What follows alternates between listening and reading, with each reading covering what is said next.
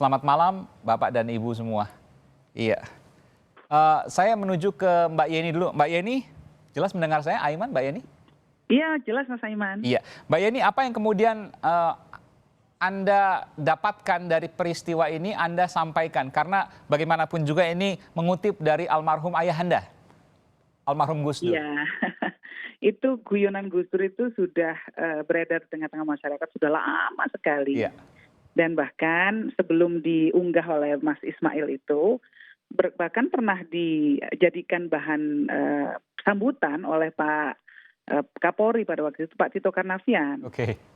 Yang mengutipnya dalam sambutan beliau ketika acara Haul Gus Dur, dan beliau mengatakan bahwa ini menjadi cambukan bagi kepolisian untuk terus membenahi diri. Saya menangkap justru di sana ada semangat otokritik, ada semangat ingin terus melakukan pembenahan diri, dan justru bagi kita sangat mengapresiasi sekali polisi, kedewasaan sikap yang ditunjukkan oleh polisi yang diwakili oleh Pak Tito Karnavian dalam sambutan beliau tersebut. Nah, di sisi lain ya, kalau kita berbicara soal humor, soal satire, soal guyon lelucon, itu kan masyarakat kita memang sudah sangat terbiasa berekspresi seperti itu. Dan bukan cuma institusi kepolisian yang sering jadi bahan humor, anggota DPR bahkan paling sering. Lembaga kepresidenan zaman Gus Dur sering banget, sampai sekarang, sampai Pak Jokowi juga gitu. Jadi menurut saya, kalau saya boleh ditanya, sikap saya satu atau komen saya satu aja.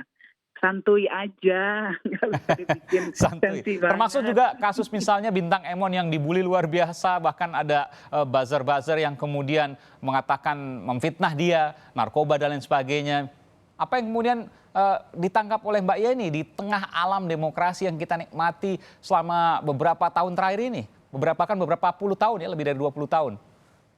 Iya, humor itu kan alat kita untuk tetap mempertahankan kewarasan kita sebagai bangsa.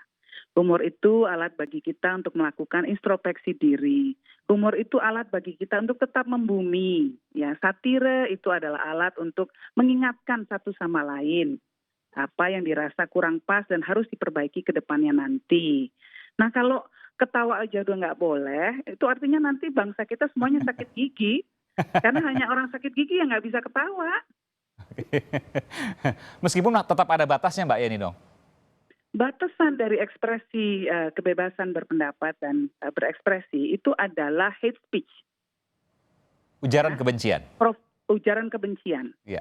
Ya, di luar itu semua ya kita bisa, saya rasa masih bisa kita tolerir. Oke. Hate speech dan ujaran kebencian yang kemudian memprovokasi masyarakat ya dalam tindakan-tindakan kriminal yang kemudian berakibat kerusakan yang masif yang terjadi di masyarakat. Iya. Itu batasannya. Baik, saya ke anggota Kompolnas Mas Beni Nurhadi. Mas Beni, apakah apa yang dikutip oleh Bung Ismail Ahmad itu bisa dikatakan sebagai pelanggaran hukum atau ini salah paham? Kalau salah paham tentu ada prosesnya. Sudahkah kemudian Kompolnas katakanlah meminta keterangan dan lain sebagainya? Ya, baik. Terima kasih Mas Aiman. Jadi begini, tadi pagi saya baru baca nih berita ini. Terus saya protes sama anggota Kompolnas yang lainnya. Jadi sekarang hari ini saya bicara atas nama pribadi ya, sebagai anggota Kompolnas. Oke, kenapa itu? Mewakili institusi maksudnya gitu loh. Jadi saya protes, saya bilang begini, ini kan udah public domain, coba panggil itu Kapolresnya, saya bilang. Nah, jam 9 dikasih kabar saya sedang ditangani Polda Malut. Jadi sorenya sudah ada berita, ternyata Pak Rikwanto ini kan pakarnya, beliau kan dulu kan Karopenmas. Jadi lebih paham lah masalah ini. Jadi sudah dipanggil dan ditegur Kapolresnya. Jadi ini sudah dipanggil dan tegur Kapolresnya. Ya, artinya memang salah, bukannya kalau istilahnya Pak Rikwanto tidak tepat. Tapi kalau istilah saya ya salah. Tidak bisa artinya begini ya, pemahaman terhadap masalah ini di dalam pengeterapan hukumnya sendiri gitu loh. Jadi tidak masuk, tidak bisa dianggap sebagai satu dalam tanda kutip pembinaan seperti itu. Karena ini kan tahun 2000 kalau nggak salah ya Mbak Yeni kalau nggak salah ya 2000 berarti sudah 20 tahun itu kan lawakannya ini kan. Artinya ya udah 20 tahun ini ya Mbak ya, sudah kelamaan. Iya. Dan Gus Dur ceritanya dalam konteks sebagai presiden juga. bukan hal yang baru aja. Jadi ya kalau tadi maksudnya ya jangan lebay. Santuy, Jangan- santuy, santai maksudnya. oh ya santuy aja. Jadi ya jangan ngurusin yang remeh-temeh lah. Hmm. Artinya masih banyak pekerjaan yang harus dikerjakan. Artinya jadi begini yang lebih dalamnya ya, menurut saya begini. Pemahaman dari paradigma civilian police ini ya juga harus dipahami juga oleh para anggota Polri. Artinya ya apa sih pemahamannya itu, ini paradigma baru kok. Tahun 2000 kan zamannya almarhum bapaknya Mbak Yeni ini kan dikeluarkannya institusi Polri kan dari Hankam kan. Jadi sudah terpisah itu tahun 2000. Ada staf MPR-nya. Artinya bahwa civilian police ini sudah memiliki paradigma baru, jadi bagian dari masyarakat, yaitu tugasnya Harkaptimas. Artinya juga ke satu itu. Meskipun ada tugasnya juga secara konstitusi adalah Gakum, penegakan hukum. Nah, penegakan hukum ini juga harus dipahami dengan benar. Artinya jangan mengedepankan kekuasaan juga. Kami coba untuk mewawancarai dari pihak Polres Sula, termasuk ke Pak Kapolresnya juga, tapi kemudian dicatakan bahwa sudah ditangani oleh pihak Polda. Saya ingin tanya ke Bung Beni, jadi Polda Maluku Utara menangani hal ini sudah hal yang tepat dan kemudian cepat mengambil aksi, begitu ya? Ya, tepat. Pemanggilan secara waktu yang singkat, dan hari ini juga saya sudah dapat berita bahwa tadi pagi jam 9 ditangani, hari ini sorenya sudah ada berita, dipanggil, ditegur, dan harus dipahami mengenai pengeterapan hukum ini. Jadi tidak itu tadi lah. Apa tadi istilahnya Mbak Yani? Santuy ya. Santuy. Jadi apresiasi untuk Pak Kapolda Maluku Utara, Pak Irjen Rikwanto ya. Itu memang pakarnya beliau. Beliau kan dulu Karopenmas. Dulu di Fumas ya, kita lama dengan Pak Rikwanto juga pada waktu itu. Saya ke Mbak Yati. Mbak Yati dari Kontras. Mbak Yati, apa sih yang terjadi belakangan ini? Apakah benar tudingan bahwa demokrasi beberapa tahun belakangan ini menurun, terdegradasi? Kita lihat yang paling gampang pada hari-hari belakangan ini bukan hanya soal ya ini dipanggil polisi meminta maaf, oke lah itu sudah selesai dan kemudian sudah ditegur oleh pihak Polda. Ada juga misalnya bulian lewat media sosial, ketika kritis dikit dibully, ketika kritis dikit ada doxing atau diungkap data pribadinya yang kemudian tidak terkait dengan masalah tersebut berupa kejelekan-kejelekan yang kemudian memalukan yang bersangkutan. Apa yang terjadi Mbak Yati? Iya, yang Mas Aiman sampaikan saya rasa sudah sangat jelas, itu adalah indikator-indikator bahwa demokrasi di negara kita menjadi sangat terancam, dan ini berbahaya kalau kita semua tidak mengambil langkah-langkah yang cepat gitu ya, efektif untuk menghentikan praktik-praktik yang tadi Mas Aiman sampaikan.